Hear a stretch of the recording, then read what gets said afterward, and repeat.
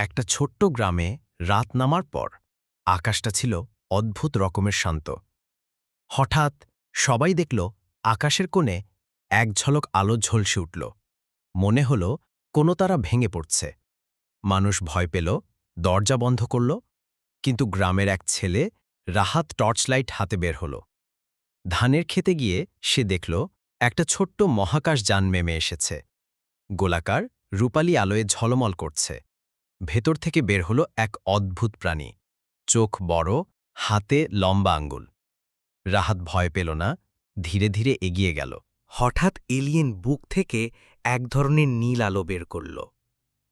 সেই আলোয় রাহাতের মনে ভেসে উঠল অদ্ভুত সব শব্দ, যেন কেউ তার ভেতরে কথা বলছে।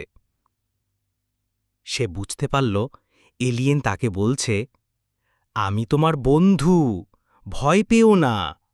আমি অনেক দূরের এক তারা থেকে এসেছি। আমার মহাকাশযান ভেঙে গেছে। পরে রাহাত তাকে খাবার আর পানি দিল। এভাবে তাদের মধ্যে বন্ধুত্ব তৈরি হল। এলিয়েন তাকে আকাশের গল্প শোনাল, গ্যালাক্সি, তারা আর দূরের গ্রহ।